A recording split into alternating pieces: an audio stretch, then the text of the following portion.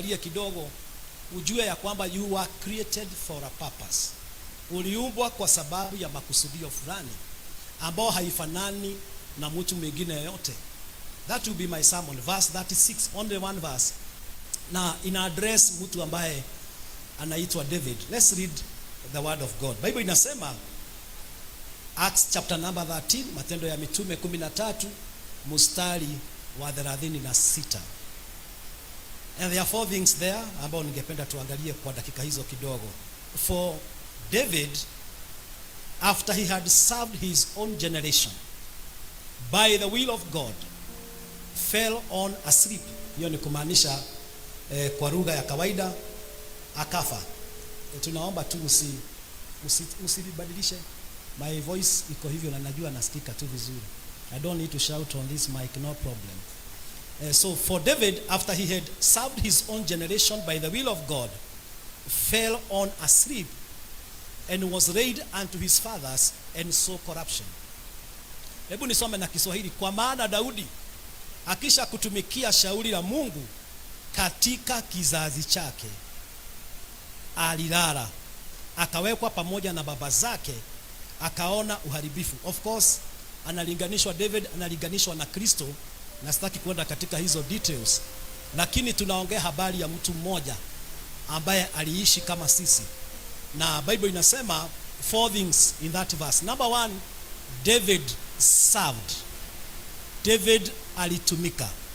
Number two, Bible inasema he served a certain generation. Kuna kisasi kile alitumikia. Number three, alitumika kwa mapenzi ya Mungu, the will of God, and then he died. Hiyo ndio nataka tufikirie kidogo katika jina la Yesu. Kila moja aliye hapa, viongozi wetu na mimi na everybody ambaye yuko hapa, Mungu ametuweka hapa kwa kusudi. Mungu alitutoa mbinguni tukazaliwa hapa kwa sababu mwanzo wetu ulikuwa mbinguni. Kila moja alikuwa huko, you existed before time. Na Mungu akajua atakuleta hapa Murang'a, atakuleta inchi zile ambazo wewe unaishi, sehemu yako, kijiji yako. Na he knew why he created you. David tunayepewa habari yake, Bible inasema alitumikia Mungu. Maybe unaweza kujiuliza ni wapi tumeandikiwa David alitumika, lakini you have to understand David had many roles as a servant. Na in fact that word servant ndio imetumika kwa ministers. So tukisikia ministers wetu hapa duniani ama wale wanatuongoza, na pia kanisani tuko na ministers, church ministers. The root word is servants, ni watumishi. David alikuwa number one, alikuwa mfalme. David aliimba, ameandika zaburi nyingi sana. He was also a songwriter. David zaidi ya hapo alitumika kwa kutayarisha vitu nyingi ambazo zilijenga nyumba ya Bwana. Yeye ndiye alitoa hizo vitu, akazitayarisha, hata kama Mungu alimkataza kujenga nyumba yake kwa sababu alimwaga damu nyingi, ndivyo Biblia inasema, lakini materials zote alitayarisha. So David served that time as a king, as a soldier, as a songwriter, as a singer. David also served kwa kukusanya vitu, materials za kujenga nyumba ya Bwana, na ikajengwa wakati wa Solomon. Biblia inasema he served. Bwana Yesu asifiwe. Na kwa hivyo ningependa tuelewe ya kwamba wakati David anatumika hivyo, anatumika kwa a certain generation. Kuna mahali nitafika tu niongee mambo matatu ya kumalizia. Aliserve a certain generation. Hiyo ni kumaanisha ya kwamba tunapeagwa kamwanya na Mungu. We are given a window by God. Sitaegemea upande wa politics sana, lakini kuna waheshimiwa wanapewa window tu ya 5 years. Na hiyo ataajibika mbele za Bwana. Kuna mtu anapewa window of 10 years. Kuna mtu anapewa window kubwa kuliko wale watu wengine. Hiyo nafasi ndio inaitwa your generation. Wakati utaondoka duniani, unahitaji kuwa unatumika. Hata tulio kanisani hapa in this church, Almighty God Ministries, ni vizuri ujiulize mimi natumika kwa njia gani?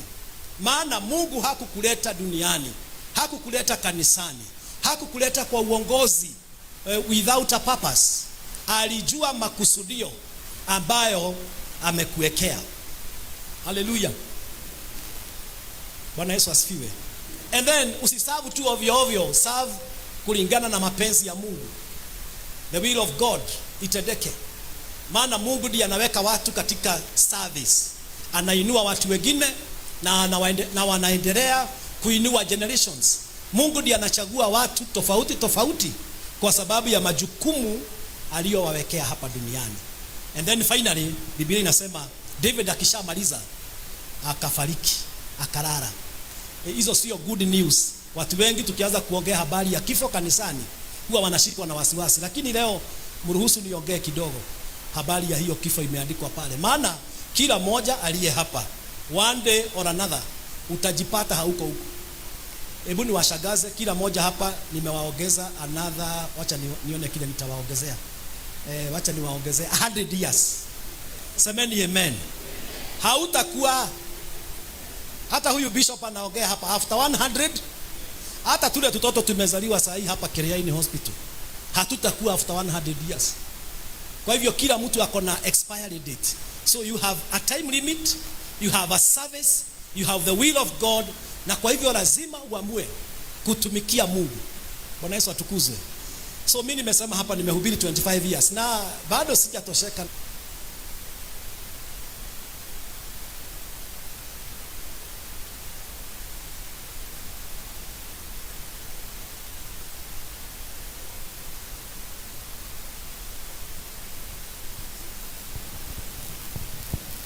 Sawa.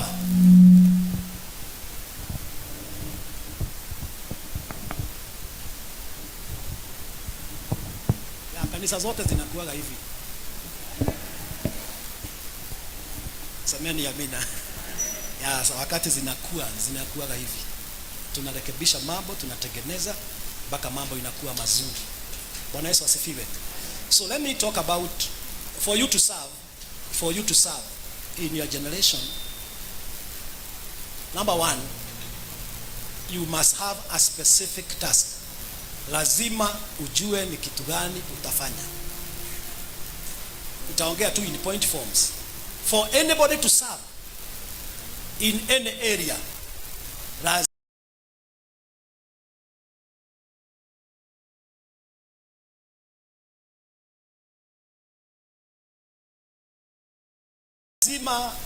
ajue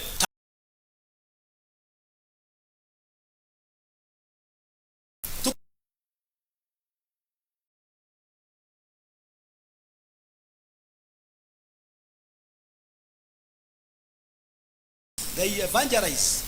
Kuna wale ambao ni walimu wa neno la Bwana. Kuna wale ambao ni waibaji. Ukienda kanisa za waibaji, tungeiba hapa 3 hours na hakuna kuchoka, maana yeye ameegemea pande hiyo. Kuna wahubiri wengine hata kama tunaitwa title pastor ni wa kutoa mapepo. Nasikia toka katika, unasikia hiyo ibada ni kutoa tu. Huyo ni mtu unique, ako na task fulani. Hii dunia hatujaumbwa tuwe copy paste ama uwe kama mtu mwingine photocopy. No. Umeitwa ufanye kitu specific ambao Mungu alikuumbia ufanye. Bwana Yesu asifiwe. Number 2, for you to serve, you must identify a need. Lazima uangalie ni shida gani ambayo iko, alafu utafute suluhisho. Wala watu wamesucceed sana duniani. Nataka kunisubua tena. Nakubali tu.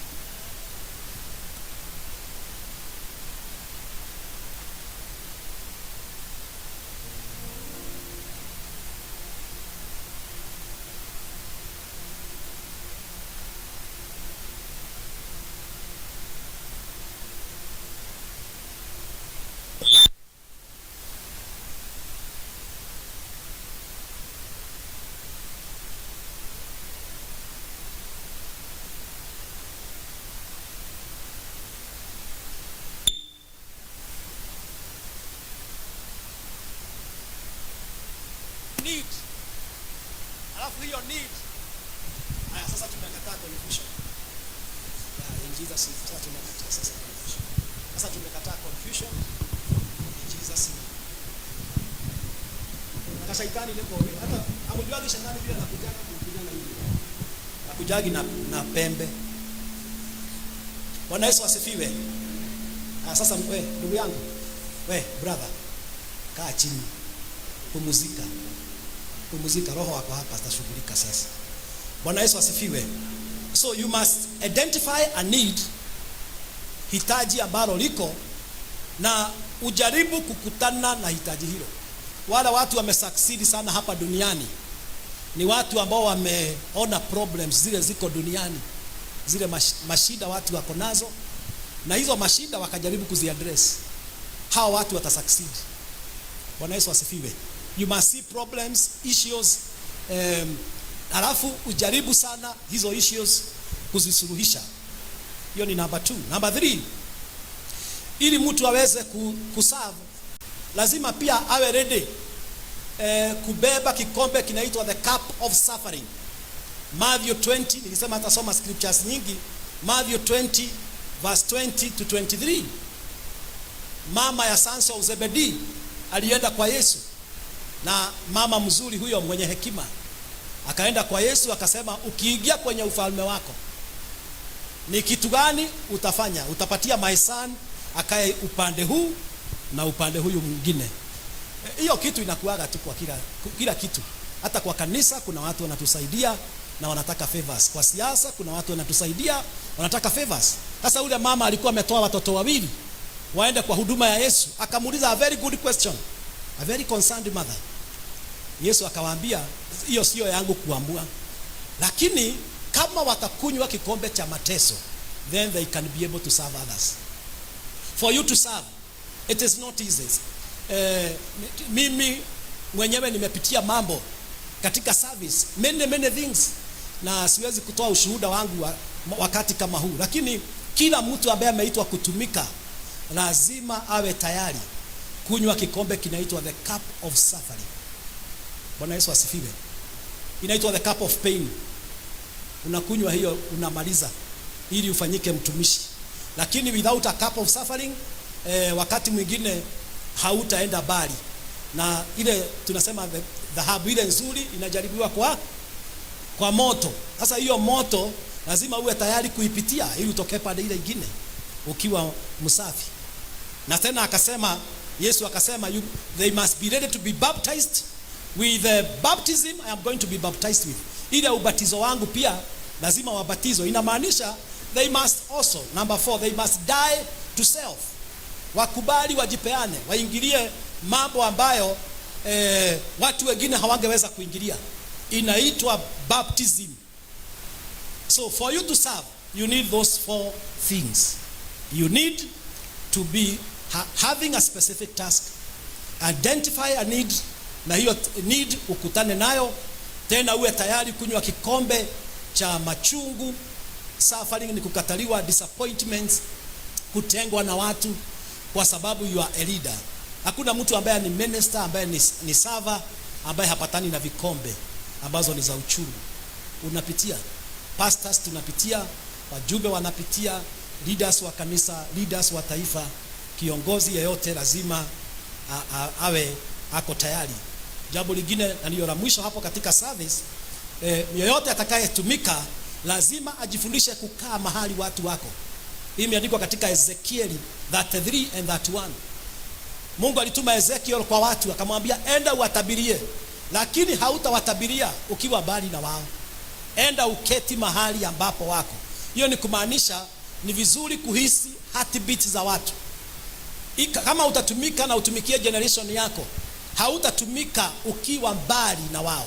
That's why sisi wachungaji tunakaa katika na watu wetu, tunakaa na hao. Mimi mahali nakaa ni walking distance. Sometimes nasikia watu wakibisha mlango usiku, watu wengine wanaomba msaada usiku wa gari wapelekwe hospitali, watu wengine wanasema lazima nikae mahali wako. Kama mimi nitakuwa mtumishi, I must sit where people are. Na hiyo ndio ilikuwa unabii ambao Mungu alipatia Ezekieli. Akamwambia enda ukae pamoja na wao huko Jerusalem. enda uketi, tengeneza kiti yako hapo. Bwana Yesu atukuzwe. Every person ambaye ako created for a purpose as a server or doing a certain service, lazima awe tayari kuketi mahali watu wanakaa. Amen. Sisi kama wachungaji tunaambiwa tunuke kama kondoo. We smell like sheep. Na smell ya sheep si mzuri, lakini we sit with them. Wakati mwingine mtu anakuambia kitu, unasikia hiyo imekuzidi, lakini unamwambia kuna Mungu mbinguni. Mungu na yeye hapo. Bwana Yesu asifiwe.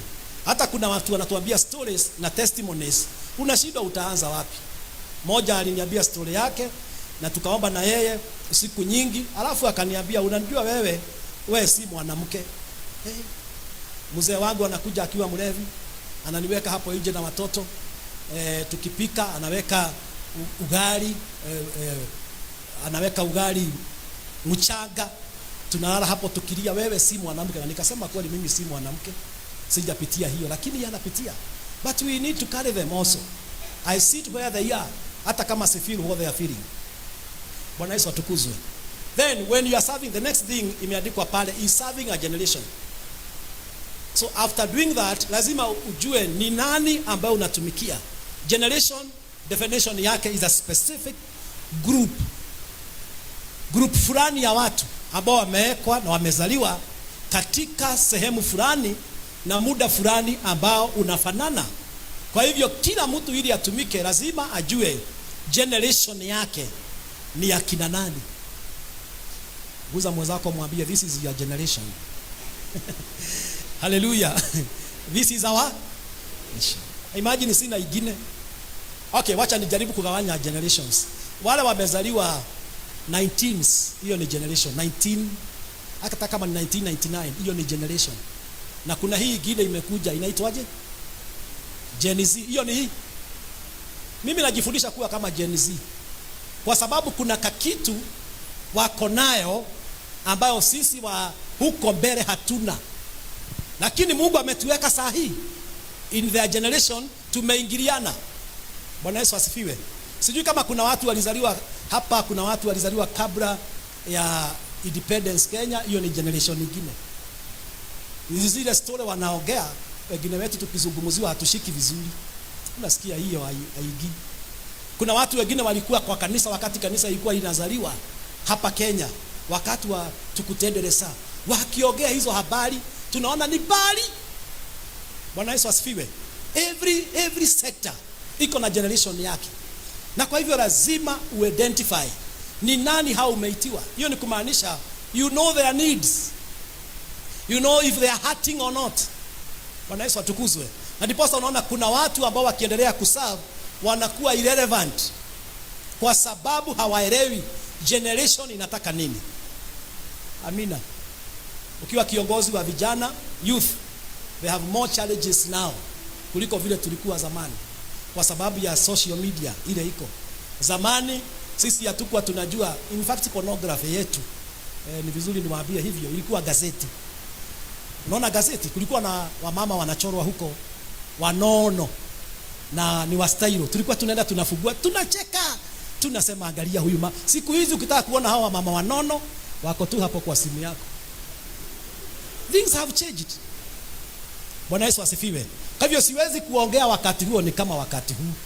Bwana Yesu atukuzwe. I must up my game. Na wewe pia lazima ujue generation yako katika jina la Yesu. Mimi nilikuwa naangalia hizo, ninacheka. Hakuna vijana hawafanyi hivyo. Na watu wengine mnahitaji deliverance. Hata tukiwa kanisani saa hii kuna tu vitu unaona hapo. Na unaweka tu emoji. Na ni kanisa. Sasa mnaona vile teknolojia imeenda. Bwana Yesu asifiwe. Hiyo generation. Na sasa baada ya hii kanisa kujengwa, maana tunaamini itajengwa, itakuwa kanisa ya maskrini. Semeni maskrini. Ya kila mahali tunasoma kwa ukuta. Scriptures zinatokea. Wakati niligundua hivyo ndivyo vijana wanataka, niliweka maskrini kwa kanisa. Scripture ikisomwa, wimbo ikiwekwa, kwa sababu ni hiyo generation. Semeni amina. Leo ukitaka kwenda Murang'a mguu shauri yako. Lakini duthi zimekuja, tukutuku zimekuja, magari ni mengi. Sasa huwezi kutembea. Tulikuwa tunatembea kutoka kwetu Getuge tunaenda mpaka Murang'a. Kwetu ni Getuge ndio nimezaliwa. Naona mheshimiwa wetu MCA wako hapa namjua. Hata kama ninakaa Murang'a. Bwana Yesu asifiwe. nina cross huko, tunapitia huko chini, tunaenda Kiawadoma, tunatokea Murang'a, tunajikuta hospitali. Saa hii ukitaka kwenda Muguni ni juu yako. Technology imechange. Ujue generation yako. Bwana Yesu asifiwe. And then Bible inasema by the will of God, ni kwa sababu ni Mungu huwa anapeana places. Ni Mungu huwa anapeana positions. Ni Mungu huwa anapatiana opportunities to serve. Let me read a verse kwa sababu ya serving in the will of God. Colossians chapter 3. By the will of God. Colossians chapter 3 and verse 23. Msiseme naye huyu bishop naye alisoma neno moja tu na ni kanisani. Acha nisome ingine hapa. Bwana Yesu asifiwe. Inasema hivi verse 23. Niko karibu kumaliza. This is a special service in this church, na kwa hivyo tunashukuru Mungu. Bible inasema verse 23 of Colossians, and whatever you do, do it heartily as unto the Lord and not unto men. Verse 24, knowing that of the Lord you shall receive the reward of the inheritance, for you serve the Lord Jesus Christ. Lolote mfanyalo lifanyeni kwa moyo. Hiyo ndio mapenzi ya Mungu. Colossians 3 verse 23 and 24. Kama kwa Bwana wala si kwa wanadamu, mkijua ya kuwa mtapokea kwa Bwana ujira wa urithi, mnamtumikia Bwana Kristo. When you serve God, ama his will, unatumika kutoka kwa moyo. From the depth of your heart. That is the will of God. Bwana Yesu asifiwe.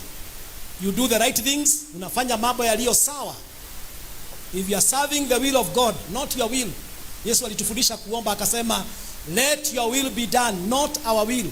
Kama ni mapenzi ya Mungu itafanyika hapa duniani, mtu yoyote ambaye anatumika lazima ajifundishe kufanya kile ambacho kiko sawa. Do the right thing. Bwana Yesu atukuzwe. Do justice, fanya haki kutoka kwa moyo. Do things from the heart. Unajua kuna mtu unaweza kumtuma akuletee kitu uone vile ameenda, anafanya tu amalize hiyo duty. Ni kama nimezungumzia nurses wa kule kwetu juzi Murang'a, nikaitwa mkutano yao, nikawaambia ni vizuri kufanya kama hii ni calling yako, usifanye goigoi. Bwana Yesu atukuzwe. Chochote unafanya, kama sasa hii ibada bishop aliponiambia kuja usimame na mimi kwa ibada, si lazima ningekuja, huyo ametosha. Bwana Yesu asifiwe. Nikasema Mungu nitaongea nini? Siwezi kutayarisha ujumbe haphazardly. Lazima nikae chini, nifanye research, nifikirie. Bwana Yesu atukuzwe. Niandike notes, niombe, nitafute Mungu. Chochote unafanya kutoka kwa moyo. Bwana Yesu atukuzwe. Ukijua unamtumikia Mungu. Ni kweli tunatumikiaga watu. Hata sasa hivi nyinyi nahubiria, nyinyi ni wanadamu. Lakini ni kweli ninatumikia Mungu. Na nani atakaye nibariki? Ni Mungu. Bible inasema ndiye anapeana urithi. God knows how to give people inheritance.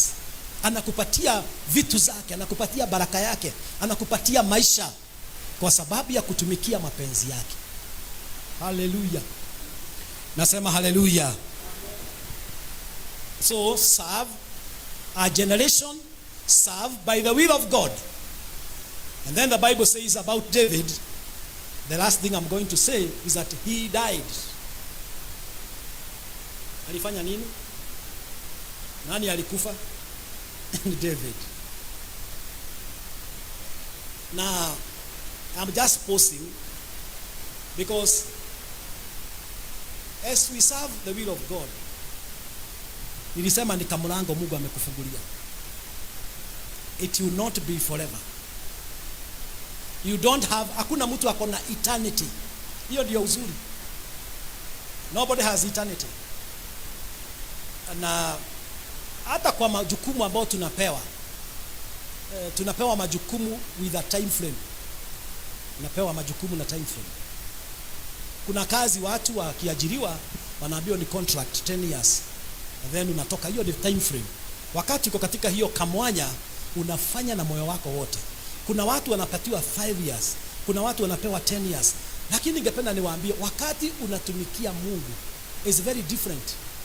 Kwa sababu Mungu anakupatia muda mzuri, ujionyeshe na udhihirishe ya kwamba ni yeye unatumikia. So we don't have eternity.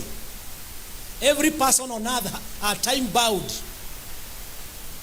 Hallelujah. Bwana Yesu asifiwe. Mimi sijui nimebakisha miaka ngapi, na mimi hujui nimebakisha ngapi. Sasa hiyo nilisema nitaiongea. Sasa watu wengine wanapotumika hapa duniani, they think it is forever. Mtu mwingine ako kijiji kwetu hapo, alikuwa askari na hakuwa anatusalimia sisi watoto wadogo na watu wengine, hakutusalimia. Wale watu mmeajiriwa kazi, muwe waangalifu kukaa na community. Hakuwa anatusalimia. Sasa ameretire na hata sisi hatumsalimii. Ona nini moga idhagia. Sasa nitamsalimia kwa nini? Hakutusalimia, alikaa hapa juu. Hakujua ako na time. Bwana Yesu asifiwe. Na mimi nikiwa mhubiri nimeona hizo vitu zikitendeka. Mtu ni civil servant kwa kijiji, badala asaidie masikini, watu walio chini, yeye ni kusukuma watu. Hajui ako na time. Tunakugojea kwa kijiji. Watu wanakugojea, na hata saa hii anakaa hapo nje kwake na kiti, na hakuna mtu anasalimiana yeye. Ona nide bishop ni mwetu kagao hau.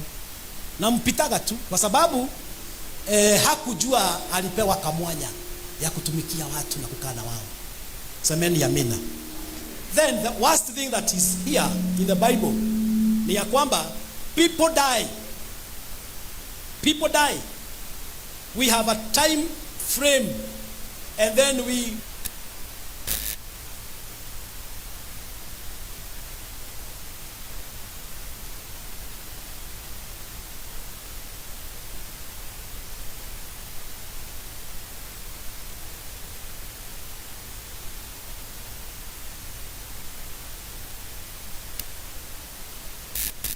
na watu walio katika ground, mioyo yao huwa ina sense leaders and those who are not leaders, those who serve and those who do not serve. Hata bila kuambiwa you sense. Bwana Yesu atukuzwe. So we are time bound, na kila moja ako na expiry date, ako na siku ya kuondoka duniani. Hatujui ni lini. Na Mungu akituondoa hapa duniani, 2 Corinthians, my last verse, Bible inasema ya kwamba atahukumu matendo tuliyotenda. 2 Corinthians chapter 5 and verse 10.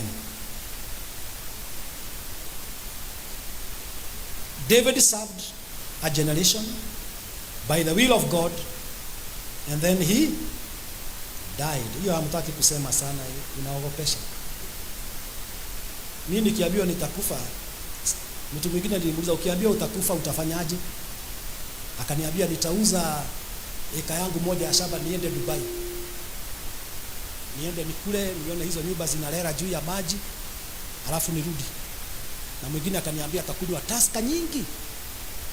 Atakunywa pio agwe, maana huwa ana miss walevi wanakaaje. Unajua watu wako na akili, kila mtu ako na akili dogo. Mwingine akaniambia atachukua wanawake kadhaa, niwapeleke mahali manenos. Uwega ni atiriri andu a Ngai ndatwiraga tugakua ri. Semeni amina. Mungu atuambie. Hata kuna watu sasa tunaongea hapa, kuna mtu ana drop dead na wewe uko hapa, na kuna mwingine pia anazaliwa.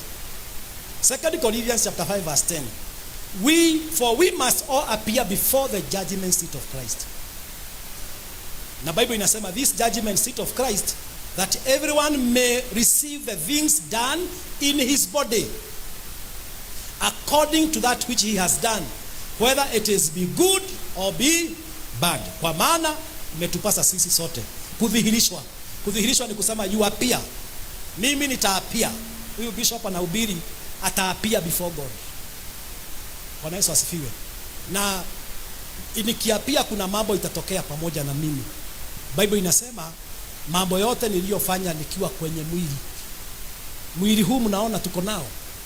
Ni vizuri tuogope Mungu aliyetuumba, maana we are just stewards. Ni Mungu alitupatia mwili. Utaapia hivi mbele za Mungu, na chochote ulifanya kwenye mwili kitakufuata. Bwana asifiwe. Simkubali nimalizie hapo, niwaambie hivi. Wala watu wanafanya mabaya usiku ama mchana. Wala wanafanya mchana, jua halitaondoka, litakutolea testimony. Imeandikwa hivyo in Deuteronomy, jua litaongea. Ukifanya usiku, mwezi utaongea. Ukifanya kwa kichaka, kichaka itaongea. Tuogope Mungu wapendwa.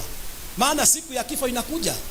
Anything watu walifanya hidden, ikiwa kwa siri, siku hiyo ya judgment ambayo imezungumziwa na Biblia, kila kitu itakuwa wazi. Bwana Yesu asifiwe. Aimwagirira ati ngeiria yo guo tu please. Niĩ no nyende ndaumirari. Maundu maria mothe njikite mageka atia makonanio. No andu ni watu wengine wataogopa sana. Kuna watu kama sasa wahubiri, sababu mimi ni mhubiri niongea wahubiri. Kuna wahubiri tunasikia habari zao, wanaweka wasichana wa praise team mimba. Acha niongee yetu, nisiongee yenu. Wakati tutasimama mbele za Mungu, itatokea ama haitatokea? Itatokea. Bwana Yesu asifiwe. Kama uliua mtu, usifikirie utajificha, tutacheka. Siku hiyo tutacheka sana. Kama uliua mtu kaficha, kama ulitoa katoto mimba na hakuna mtu alijua ulitoa katoto mimba, kama mtu mwingine nimeombea deliverance, msichana, sisi tunaambia kwa mambo yote wahubiri. Anasikiaga sauti ya mtoto aliyetoa akilia. Alikatoa kakiwa na nywele, sijui ni miezi gapi. Sasa anasikia ngee. Kama hangetubu hiyo dhambi, ako katoto kagesimama biguni kamuite mami. Na sisi wote tuangalie tuseme ulikuwa na mtoto. Vitu kule binguni ni tofauti na hapa. Bwana Yesu atukuzwe. People die and they go to judgment. Na siku hiyo itafika, maana mimi naamini hata kama kuna siku ile imeandikwa ya rapture, ya kuchukua kanisa, kila mtu ako na siku yake ambayo ni ya kifo. The day of the Lord zinakuaga, maana yake ni the day of the Lord. Ukisoma kwa Biblia, the day of the Lord, it can be the day of your death or the day that Jesus comes back in his second coming. Bwana Yesu asifiwe. Hallelujah. God will judge our works. He will judge our service. That's why Bible inasema kuna watu watasimama mbele za Bwana, there will be gold, silver and precious stones. Watakuwa mawe ya dhamana. Na wale wengine ni wood, hay and stable. Bwana tukuzwe sana. Naomba tukipitisha katika judgment, tupitie upande ule mwingine tukiwa na ushindi katika jina la Yesu. Bwana Yesu asifiwe. Haleluya. Kama ulienda kwa Karojin katasema mahali ulikuwa. Kama uliiba pesa ya mtu, tutaiona tu na hakuna kujificha. Huko sisi tuko na CCTV kamera siku hizi kwa makampuni. Tunaangalia CCTV tukitaka evidence. Mnafikiria ya biguni iko aje? Ya biguni ni kali. Macho ya Bwana ni makali mno. Kuna hivyo tulikuwa tunaiba hivyo. Macho ya Bwana ni makali. Asifiwe Bwana Yesu. Lakini wacha nikuoneshe vile wewe utakufa. Mnataka nikuoneshe vile tutakufa? Mtu yote mzuri atakufa hivi. Angalia Genesis 15 verse 15. Wacha nikuoneshe vile utakufa. Na usiogope, maana utakufa tu, lakini si haraka. Genesis 15 verse 15. Fungua Biblia yako nikuonyesha kama wewe unafanya mema, this is how you are going to die. Na ilikuwa ni promise ya Abraham, and we can take it also as our promise. Genesis 15:15 inasema, and as for you, you shall go to thy fathers, number 1, in peace. Mtu aseme amen. Thou shalt be buried in a good old age. Lakini wewe utakwenda kwa baba zako kwa amani. Sema amina. Mimi nitakufa kwa amani. Sema me too. Mtu anasema hata mimi. Ukisikia neno unasema hata. Mhubiri akisema wewe utakufa kwa amani, unasema hata. Ni vibaya kukufa na maajali. Semeni amina. Kukufa kama umekatakatwa sehemu za mwili, kukufa kama unapiga duru, ukufe kwa amani. Na ukikufa usituachie deni. Semeni amina. Kuna nabii mmoja alituachia deni kwa Biblia. Ameandikwa 2 Kings chapter 4. Alikuwa ni pastor, akakufa akaachia mama deni na watoto wake walikuwa wauzwe. Inua mkono wako useme I'll die in peace. Hata wale mnaogopa kurogwa, hautarogwa na mtu katika jina la Yesu. Sema amina. And then Bible inasema utazikwa katika uzee mwema. Hiyo ni kusema utaishi maisha, hiyo ni Genesis 15:15. Utaishi maisha mpaka utosheke. Sema uzee mwema. Ni kusema umezeeka lakini memory yako haijapotea.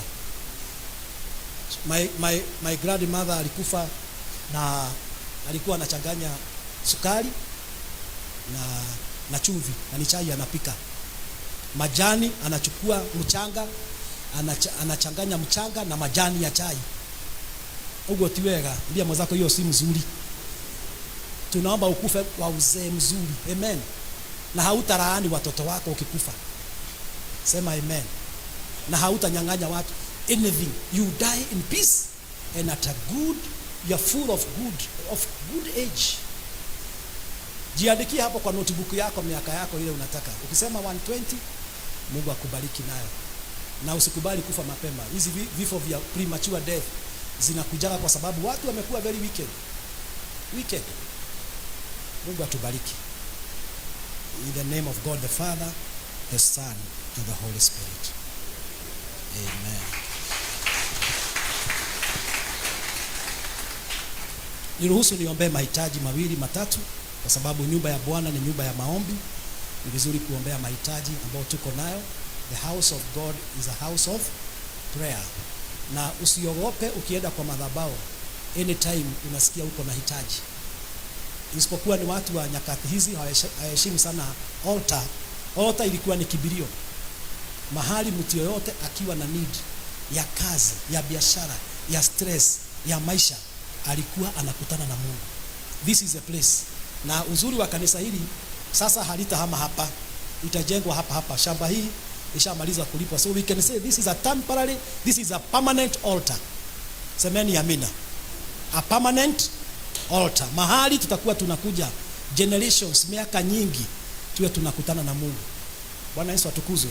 Kama uko na hitaji, inua mkono wako. Nataka kukuombea mahali ulipo katika jina la Yesu. Nitakuombea tu mahali ulipo ili tuende katika the other program. Inua mkono wako. Kama unaumia kwa kichwa, unajua kuna watu tunasema sukari inaweza kuisha kwa madhabahu, wanaona ni mchezo. Mimi I believe sukari inaweza kuisha hapa kwa madhabahu. Semeni amina. Pressure inaweza kuwa normal. Cancer inaweza kuondolewa by the power of God. Si Mungu ndiye ameumba cancers? Ameumba all those cells. Ameziumba, he knows. Ameumba kila kitu, and so he can meet with the need that you have. Kama kuna stress inakusumbua ya family, this is the time. Kama kuna mgonjwa wako hospitali, wakati ndiye huu. Nyumba ya Bwana ni nyumba ya maombi. Inua mkono wako niombe. Baba, katika jina la Yesu, tazama mikono hiyo ya watumishi wako. Walikuja kwenye ibada hii kwa njia kubwa ili ukutane na sisi. Asante kwa sababu ya kutupatia viongozi wetu mahali hapa. Lakini pia tumekuja, wengine tulisikia mwaliko, wengine ni sisi wengine washirika wa kanisa hii. Na ninaomba katika jina la Yesu, ibada hii ambayo ni special, ukutane na mahitaji yetu katika jina la Yesu. Asante Mwokozi wetu, maana wewe ni mwaminifu. Jina lako litukuzwe na jina lako liinuliwe. Ninaomba ya kwamba ukutane na mtu. Kila ugonjwa uondoke katika jina la Yesu. Kila nguvu ya giza itoweke. Mtu aliye na stress na issues ambazo zinapinga maisha yake, mpatie comfort in the name of Jesus. Mtu ambaye ako katika nyumba hii na hajui atafanya nini, maana amefika mwisho, na tangaza sasa upatie mtu direction in the name of Jesus. Na kwa sababu ya uwepo wako katika nyumba hii, suluhisha shida za watu wako. Mtumishi wako aliye pamoja nasi, hata na yetu namuinua mbele zako na kuomba Bwana, mwelekeo wa maisha yake Bwana umuongoze katika jina la Yesu. Tunamuinua na kukiri ya kwamba utamuongoza, na wewe ukiongoza mtu hawezi kushindwa. And so we declare peace hata katika nchi yetu ya Kenya. Tuwatangaza uwezo wako, baraka zako, na tuwazidi kukiri ya kwamba tutaona wema wa Bwana tukiwa katika nchi ya walio hai. Asante Mungu wetu, maana wewe ni mwaminifu, na ni katika jina la Yesu nimeomba na kuamini. Amen. Tutolee Bwana makofi, maana ametusikia. In Jesus name. Amen. So kabla ya kurudisha Bishop Kihato ili afuate the other protocols, ningeuliza wachungaji tulio nao pastors, kwa sababu ya heshima ya bishop wetu